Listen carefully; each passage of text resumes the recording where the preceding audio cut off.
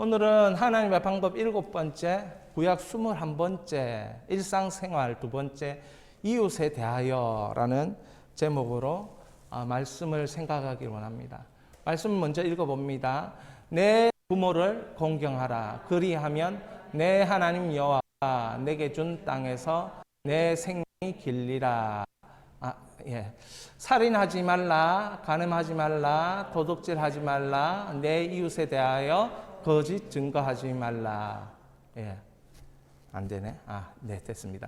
내 이웃의 집을 탐내지 말라. 내 이웃의 아내나 그의 남종이나 그의 여종이나 그의 소나 그의 낙이나 무릇 내 이웃의 소유를 탐내지 말라. 무백성이 우레와 번개와 나팔 소리와 산의 연기를 본지라. 그들이 볼 때에 떨며 멀리 서서 모세에게 이르되 당신이 우리에게 말씀하소서 우리가 들으리이다. 하나님이 우리에게 말씀하시지 말게 하소서 우리가 죽을까 하나이다. 모세가 백성에게 이르되 두려워하지 말라. 하나님이 임하심은 너희를 시험하고 너희를 경외하며 범죄하지 않게 하려 하심이니라. 백성은 멀리 서 있고 모세는 하나님이 계신 흑암으로 가까이 가니라. 여호와께서 모세에게 이르시되 너는 이스라엘 자손에게 이같이 이르라.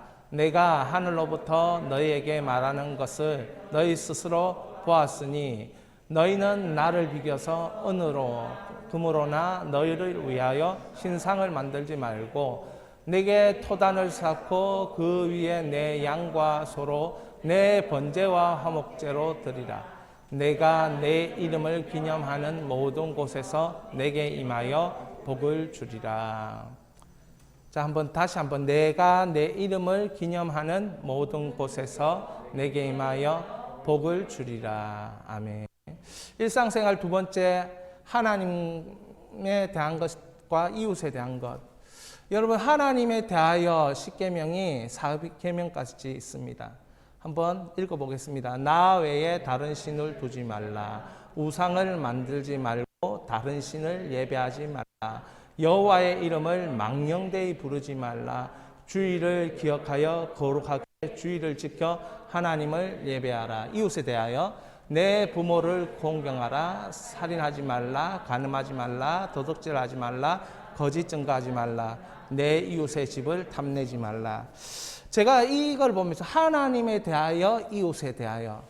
근데 왜 자신에 대하여는 없지? 이런 질문이 생겼어요. 제가 수영로교에 있을 때 우리 보고 정필도 목사님 항상 하는 얘기가 까불지 말라, 까불지 말라. 강단에 서서 까불지 말라. 그리고 삼중에서도 까불지 말라. 그렇게 했는데 저는 10계명 보면서 그런 생각이 들었어요. 하나님에 대하여는 있고 이웃에 대하여는 있는데 왜 자신에 대하여는 없냐. 예를 들면 자신에 대하여 성실하게 살아라. 네 자신은 정말 존귀한 자다. 이런 축복의 메시지를 엿는다든지 그런 걸 하면 좋잖아요. 그죠? 근데 자신에 대하여는 없는 것을 볼 때에 자신에 대하여는 이미 하나님에 대하여 이웃에 대하여 다 포함되어 있는 거다. 이런 생각을 하게 되었습니다. 하나님에 대하여 일상생활이 가장 중요하다면 그 다음은 자신에 대한 일상생활이 논리적으로 생각해 볼 때 나와야 되는데 그게 나오지 않는 거예요.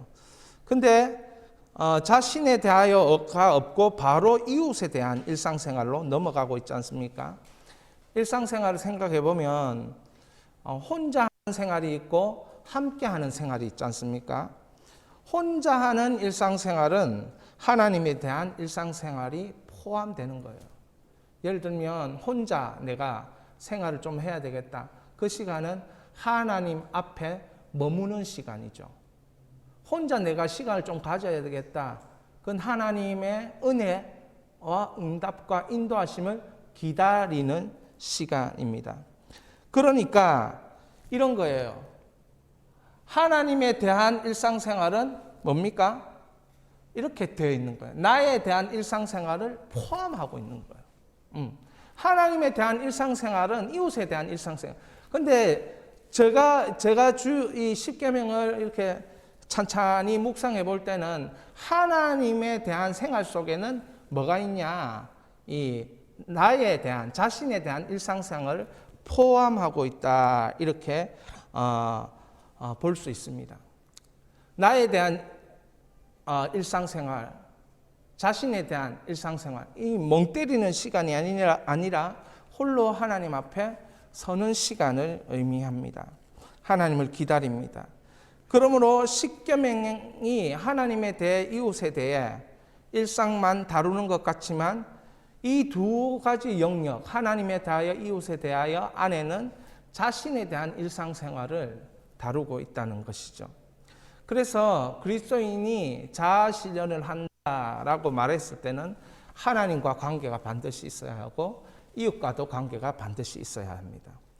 이 두 가지를 벗어나서 내가 자아 실현을 한다. 아무도 인정해 주지 않고 아무도 알아주지 않아요. 이걸 벗어나서 자아 실현을 한다. 이렇게 되면 어떻게 되냐면 그냥 몸과 마음에 병이 찾아올 수밖에 없어요.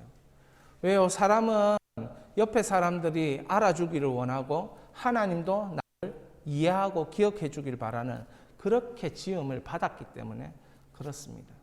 그래서 뭐 좀 너무 관심을 많이 요구하는 사람은 우리는 관종이라는 전문 용어를 써서 얘기를 하지만 사실은 그게 필요해요. 그런 관심과 인정이 있어야만이 그 사람을 또 건강하게 만들어 줄 수 있는, 그래서 모든 사람들이 자아 실현을 하려고 하는 이유 중에 중요한 이유는 다른 사람이 나를 바라보고 내가 또 이 뭔가 이루어 나갔을 때 이 사회에서나 이웃에게 영향력을 미치는 것에 대해서 보람을 느끼게 되어 있다는 거죠. 그런 보람을 느껴야 몸과 마음에 병이 안 찾아옵니다.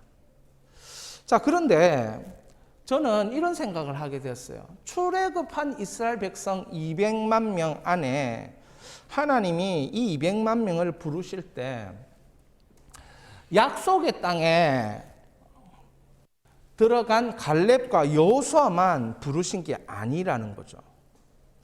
우상을 만들자고 제안한 그 사람들도 포함되어 있다는 거예요. 그 200만 안에. 그러니까 일상생활이 얼마나 힘들겠어요. 그렇죠? 여러분, 예수 믿는 사람이 일상생활을 이웃과 함께 산다는 게 얼마나 힘든 건지, 믿는 사람들 안에서도 이게 우상 숭배자도 있고 믿는 사람들 안에서도 뭐가 있어요? 별별 사람들 다 있는 거예요. 뭐 여호수아와 갈렙만 있으면 얼마나 좋겠어요. 왜 하나님은 이런 사람들 다 포함해서 부르셨을까? 정말 전지전능하신 하나님이 이것을 모르고 부르셨을까? 저는 하나님이 아시고 부르셨다고 믿습니다. 출애굽 공동체를 하나님이 만드실 때 천군 천사만 불렀다면 얼마나 좋겠어요. 그러면 가는 길도 훨씬 빠를 것이고 가나안의 약속도 이루기도 훨씬 빠를 것이고 이스라엘이라는 예배 공동체를 세우는데도 하나님 훨씬 일하시기 효과적이지 않겠습니까? 왜 하나님은 그렇게 하지 않습니까?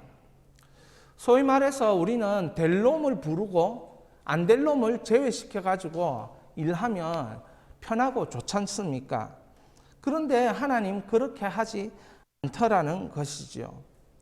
광야에서 1세대가 거의 다가 죽어버리고 사라집니다. 여호수아와 갈렙을 제외한. 그리고 그 1세대의 자녀들이 가나안에 들어가지요. 여러분, 그런데 이 2세대들이 들어갔지만 하나님의 뜻에 완벽하게 부합하는 2세대가 맞냐는 거죠. 아닙니다. 성경을 우리는 알지 않습니까? 2세대가 광야에서 1세대 하나님을 경험하고 하나님을 알고 한 그 세대가 정말, 그리고 말도 안 듣고 거역하고 그런 세대를 다 광야에 두고 하나님의 약속의 땅은 2세대만 들어갔어요. 그러면 그 2세대가 하나님의 뜻에 부합하도록 살아야 될 거잖아요.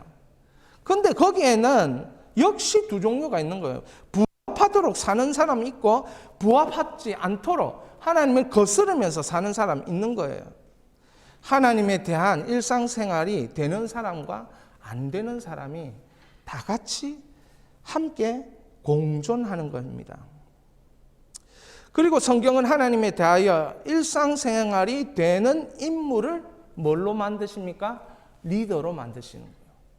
그리고 일상생활이 안 되는 사람, 그 리더를 따르도록 그렇게 만드시죠. 성경은 일상생활에 대해 그렇게 하나님께서 다루고 계시는 것을 우리에게 가르쳐 주고 있습니다. 예수님 이후에 예수님의 뜻을 이어받은 기독교 세계, 여러분 어떻습니까? 예수님 이후에 예수님의 뜻을 이어받은 기독교 세계, 베드로 이후에 베드로의 계승자라고 하면서 세웠던 교황, 그리고 그 가톨릭은 1000년의 세월을 구가하면서 1500년대까지. 그렇지만 그 시대를 뭐라고 얘기합니까? 중세의 암울한 시대였다라고 말하고 있는 것입니다. 중세의 교회의 부패를 보면서 말씀으로 돌아가자라고 말했던 종교개혁의 후예들, 지금으로 말하면 개신교들, 하나님의 뜻이 이루어지기에 여러분 어떻습니까? 정말 하나님의 뜻이 순수하게 이루어지는 거예요. 그래서 저는 여기에서 이런 질문을 던집니다. 안 될 줄 알면서 하나님 왜 그랬을까? 뭐 노래도 생각이 나는데 안 되는 줄 알면서 왜 그랬을까? 여러분 안 되는 줄 알면서 하나님은 왜 자꾸 이렇게 하시는 거예요?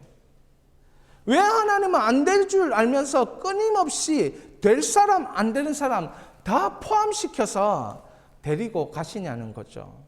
하나님의 백성 공동체, 하나님의 자녀 공동체를 왜 계속 이런 식으로 만들어 가냐는 거죠.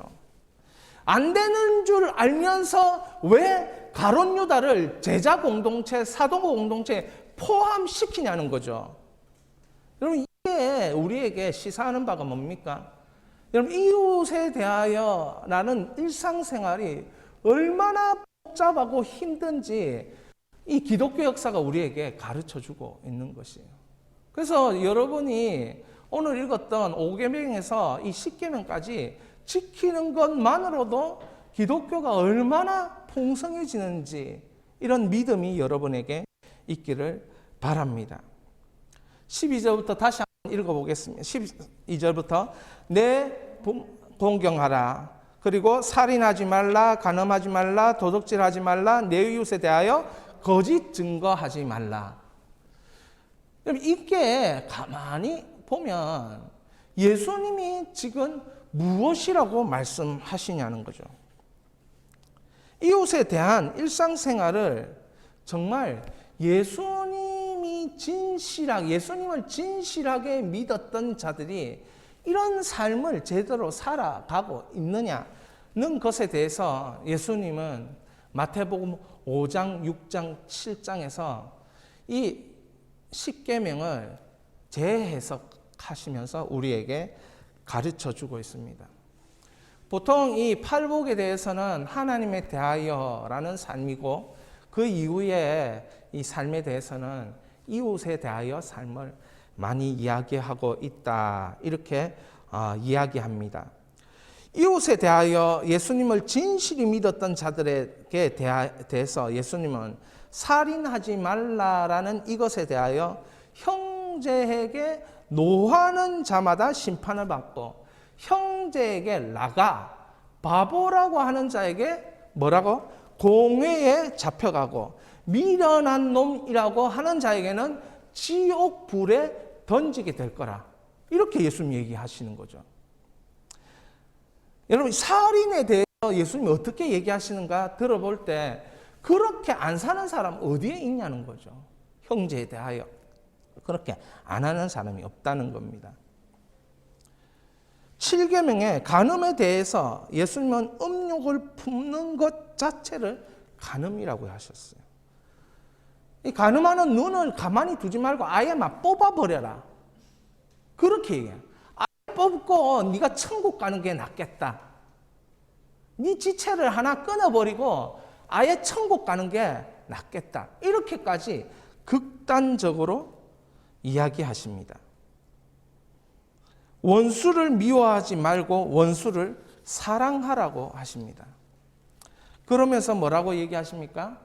그러면서 예수님은 하나님은 악인과 선인에게 함께 비추시며 비를 내려주신다. 이렇게 얘기합니다. 무슨 말이겠습니까?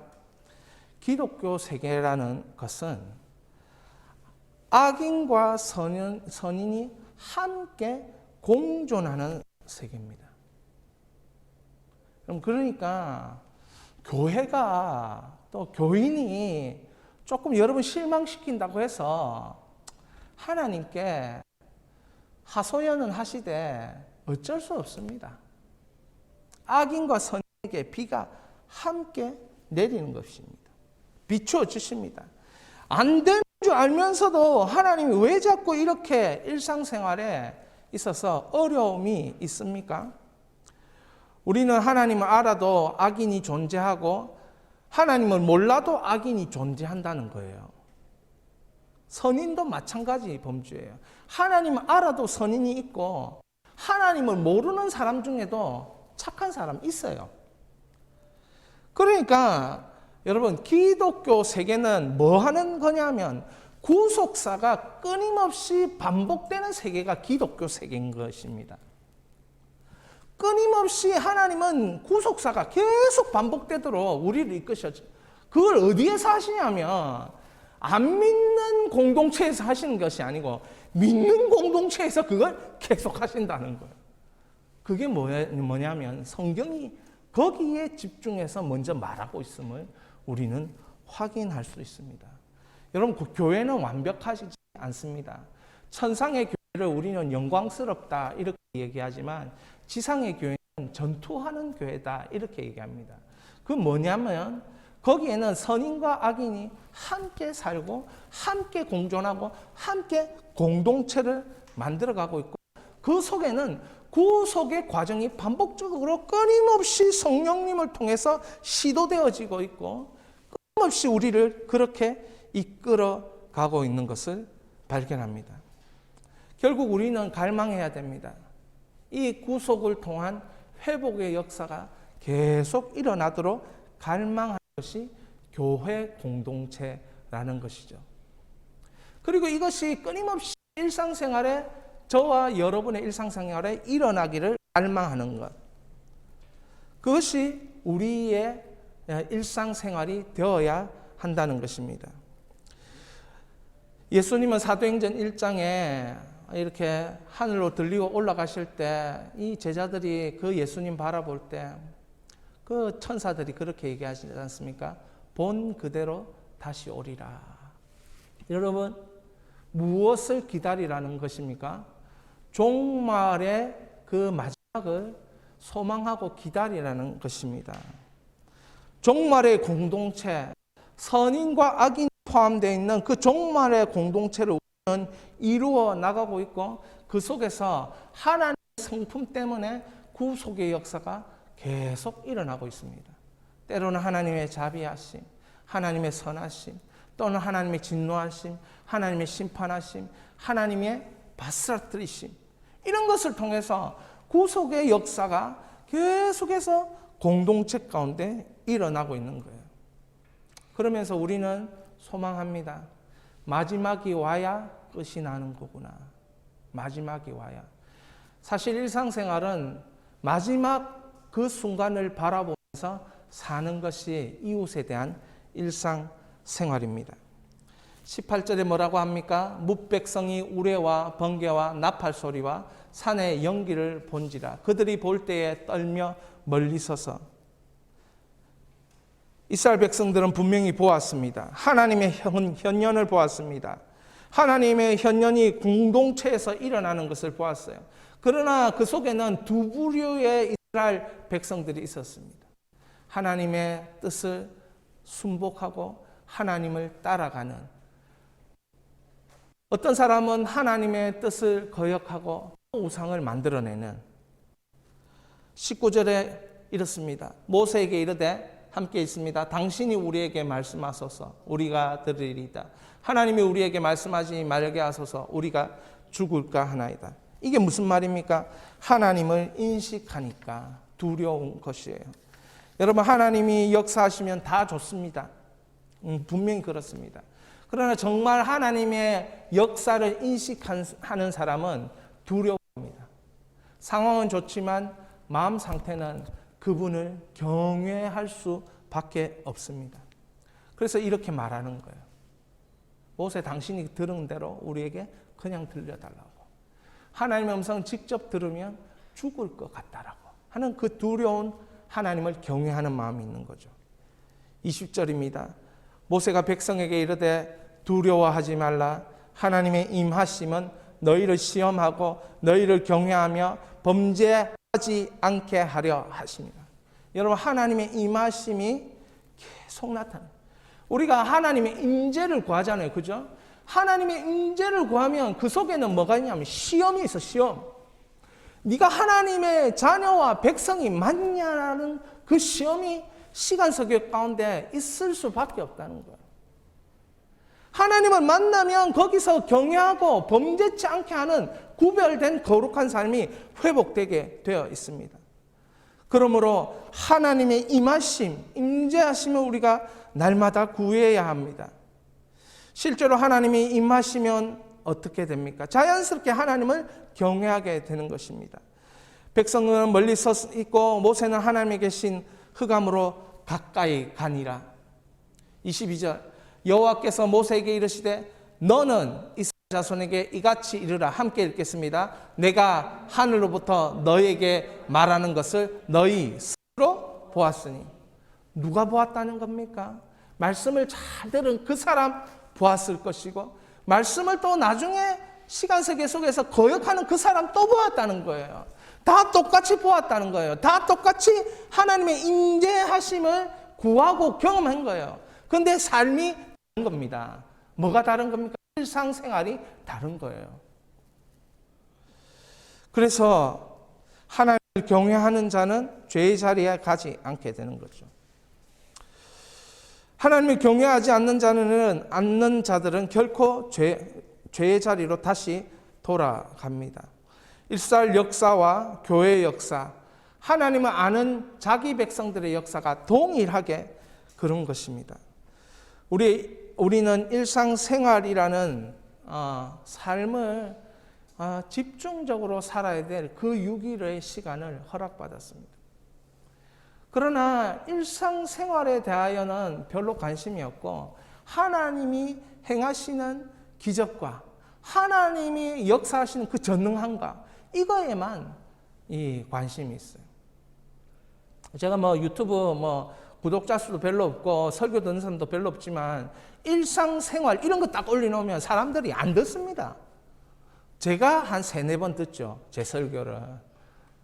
사람들은 안 들어요. 왜? 사람들은 일상생활에 관심이 별로 없어요. 근데 6일 동안 사는 자기 삶에도 열심히 할 수가 없어요. 왜? 하나님이 자기에게 허락하신 시간이라고, 주신 시간이라고, 사명의 시간이라고 이해하지 못하기 때문에 그렇습니다. 그래서 우리는 이 일상생활에서 구속의 역사가 계속 반복되도록 기도하고 구해야 합니다. 누구와 함께? 하나님의 은혜로 이웃에게 함께 자기에게 나타나도록 계속 구속 역사를 두고 기도해야 되죠. 그래서 예수님은 뭐라 합니까? 하나님의 임재하심을 이렇게 표현합니다. 예수님이 네 안에 계시다. 네가 내 안에 있다. 이게 하나님의 임재하심이에요. 그리고 그 하나님의 임재하심, 내가 네 안에 있다라고 믿는다면 이제부터 하나님의 임재하심을 기도로 확인해봐라. 내가 원하는 건, 네가 원하는 것을 구할 때에 네 속에 내가 있다면 네가 구하는 것은 응답이 될 것이다. 기도하면서 하나님의 임재를 구해보아라. 그게 바로 구속의 역사를 반복시키는 우리의 영적 행위가 되는 것입니다. 예수님은 내 안에 있다는 것을 아는 사람은 하나님의 임재가 계속되는 사람이고, 이 하나님의 백성은 죄의 탐심을 적으로 알고 하나님을 경외하며 살아계신 하나님 앞에 정직과 겸손으로 하나님의 계명을 지키며 살아갑니다. 내 부모를 공경하라. 사랑하는 여러분, 내 부모를 공경하라 이 명령을 내린 이유, 살인하지 말라 이 명령을 내린 이유, 간음하지 말라, 도둑질만 하지 말라, 내 이웃에 대해 거짓 증거하지 말라 이 명령을 내린 이유가 어디에 있습니까? 여러분, 부모를 공경하라라는 이 명령은 부모의 삶이 무엇인지 돌아보라 이 말이겠죠. 그래서 가족의 소중함을 일깨워주는 말씀입니다. 우리는 생명으로 연결되어 있음을 부모를 공경하면서 알게 되는 것이고, 나중에는 영적으로 하나님 아버지와 가족이 되어 있음을 깨닫게 하는 말씀입니다. 그래서 부모를 공경하라 명령한 것입니다. 살인하지 말라라는 이 명령은 생명의 가치가 무엇보다도 소중히 여기고, 인류 보편적인 이 가치에 모두가 합의하는 거, 하게 만드는 것입니다. 생명을 소중히. 그래서 살인하지 말라. 이로써 생명을 살리는 일을 가장 소중하게 여기게 되었고, 어느 곳에서 출생하든지 존중받아야 할 생명을 깨닫게 하는 것. 그게 뭐냐면 살인하지 말라라는 명령입니다. 이 명령 때문에 생명의 가치를 어떤 가치보다 존귀히 여기게 된 것입니다. 간음하지 말라. 이게 무슨 말입니까? 사회를 이루는 기본 단위가 가족인데 가족 공동체를 보호하라는 말입니다. 인간의 추악한 본능으로 가정을 파괴하면 이 사회의 기초 단위인 가정이 무너지고, 그 가정에 속한 자녀들이 상처받고 무너지고, 결국 뭐가 무너지게 됩니까? 나라가 무너지게 되는 거예요. 그러므로 간음하지 말라 그렇게 명령하는 거예요. 근데 요즘은 뭡니까? 법이 이제는 어떻게 합니까? 이 간음을 죄로 말하지 않죠. 도둑질하지 말라. 타인의 것으로 나를 채우려는 이 폭력적인 자아가 우리 시대를 덮고 있는 거예요. 여러분, 타인이 가지고 있는 것을 도적질한다. 이것은 내가 그 사람보다 힘이 세고 그 사람보다 뭔가 강하기 때문에 가져오는 거예요. 제가 대학부를 섬길 때, 청년을 섬길 때 2009년도 그 당시에 유행했던 언어가 뭐였냐면 앞으로 88만 원 세대가 될 것이다. 10년 후에. 저는 이 암울한 추측이 들어맞지 않기를 원했습니다. 그러나 이 요즘 세대를 그 2009년도에 들었으니까 지금을 돌아보면 이런 생각이 들어요. 정직이라는 그런 정직한 사람 말고 일용직 할 때 정직이 사라지고 일용직과 계약직의 형태의 일자리, 그러니까 질 떨어지는 일자리가 이제 계속 생기는 거죠. 결국 그래서 이 예언이 어느 정도 맞아 들어가고 있는 거예요. 청년 세대가 구급 공무원이 돼도 청년 세대가 버는 돈은 한 개인당 평균 200만 원 안에서 올라갔다 내려갔다 이렇게 되는 거예요. 그러면 이 200만 원을 벌어서 이 청년 세대가 자립을 하려면 적어도 어떻게 살아야 되느냐면 부모님과 함께 집에서 살아야 돼요. 그래야 그 200만 원을 활용해서 돈을 모을 수 있어요. 그러니까 대학을 졸업시키고 직장을 잡았으니 너는 네 경제적으로 독립하고 나가라. 이게 안 되도록 구조가 잡혀져 있는 거예요. 여러분, 이런 게 구조적인, 저는 이 설교가 녹화가 되고 있지만 구조적인 도덕질이라고 저는 생각해요. 사실 우리 사회는 조금 나을 수 있어요. 대한민국이라는 사회는 건강하기 때문에 많은 부분에 있어서, 경제적인 부분에 있어서 그렇습니다. 자기 삶을 자신이 책임져야 한다. 이 말이 얼마나 좋은 말입니까? 중요한 말입니까? 근데 그렇죠. 가만히 들어보면 각자 도생해야 된다. 이렇게 말하는데 여러분, 이 각자 도생할 만한 이게 구조가 되냐는 거죠. 각자 도생할 수 있는 플랫폼이 되냐는 거죠. 정말 일정한 노력의 대가를 가져갈 수 있도록 이 구조가 만들어졌냐는 거죠. 여러분, 그렇습니까? 우리 청년들이 정말 고등학교 다닐 때 열심히 공부했어요, 청소년들이. 그러나 그 열심히 공부했지만 그거에 대한 성과는 나오지 않을 때가 있어요. 시험을 치더라도. 다 같이 누리는 게 아니에요. 그러니까 아무리 열심히 해도 내 삶을 내가 책임질 수가 없어요. 왜? 구조적으로 그렇게 만들어 놨기 때문에. 구조적으로 등급에 속하지 못하는 아이들은 그 등급에 할당된 대학에 갈 수가 없고, 그것에 또 실력 차이를 여전히 만들어 놓고, 그러면 노동의 대가를 투입하면 아이들이 그걸 누릴 수 있도록 청년들이 만들어 놔야 되는데, 구조는 그렇게 돼 있지 않다는 거예요. 아무리 노력해도 자기 삶을 자기가 책임질 수 없도록 구조를 만들어 놨기 때문에 이거는 노동계라는 거죠. 여러분, 제가 얘기한 거니까 여러분 너무 심각하게 듣지 마세요. 우리 사회가 심하게 말하면 한 개인의 노동력을 훔쳐가고 있는 거예요. 그리고 더 큰 이익을 보는 사람들이 있다는 거죠. 그래서 뭐라고 얘기하냐면 사람들이 돈이 일하게 해야 된다 얘기를 하는 거예요. 이 시대를 향해서. 여러분, 우리가 종잣돈이 없는데 돈이 일하게 어떻게 합니까? 우리가 뭘 알아가지고 어디 투자할 수가 있습니까? 구조 전부 다 누가 만듭니까? 구조 전부 다 누가 다 이해하고 있습니까? 그러니까 내 삶을 내가 책임져 준다는 건 있을 수 없는 얘기예요. 그거 불가능해요. 자기 삶을 자기가 책임질 수 있는 사람은 부모가 뭘 많이 해준 사람? 많이 상속해 주는 사람이 자기 삶을 자기가 책임질 수 있어요.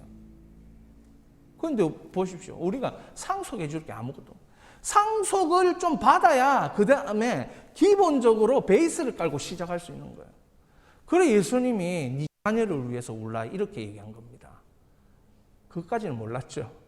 세상에 이러니까 네 자녀를 위해서 울라. 그렇게 얘기해요. 저는 제가 도둑질하지 말라를 조금 심각하게 풀어냈다는 생각을 하기도 합니다. 그러나 분배의 문제에 있어서 도둑질이 계속되고 있는 것입니다. 여러분, 인류의 반이 가난하게 살고 있다는 걸 아십니까? 인류의 70억의 반은 굶고 있다는 걸 아십니까? 여러분, 식량이 없어서 그런 게 아니에요. 식량이 없어서 그런 게 아니고 뭐가 많이 생겨도 그 버리는 거 버려. 여자분들이 좋아하는 그 망고도 아니고 그 뭡니까? 그 망고도 아니고 그런 것도 생산이 많이 되면 다 버리는 거예요. 가격 경쟁에서 안 되기 때문에. 식량이 없어서 그런 게 아니에요. 그러니까 인류의 반이 굶고 있는 거예요. 그러니까 우리는 도둑질하고 있는 거나 마찬가지죠. 이웃에 대하여 거짓 증거하지 마라. 1차적으로 거짓말하지 말라고 이해하죠. 다른 사람 거짓말로 억울하게 만들지 말라는 것이에요. 마음에 상처 주가면서 살지 말라는 것이죠. 음모가 사라지게 음모하지 말라는 거예요, 사람을. 그리고 이 죽음에 이르는 댓글 이런 거 하지 말라는 거예요. 거꾸로 말하면 정직하게 살아는 거죠. 일상생활이 얼마나 힘든 것입니까? 정직하게 살면 공정이 깨질 때도 있어요. 여러분, 정직하게 사는데 공정이 깨진다는 말 들어보신 적 있습니까?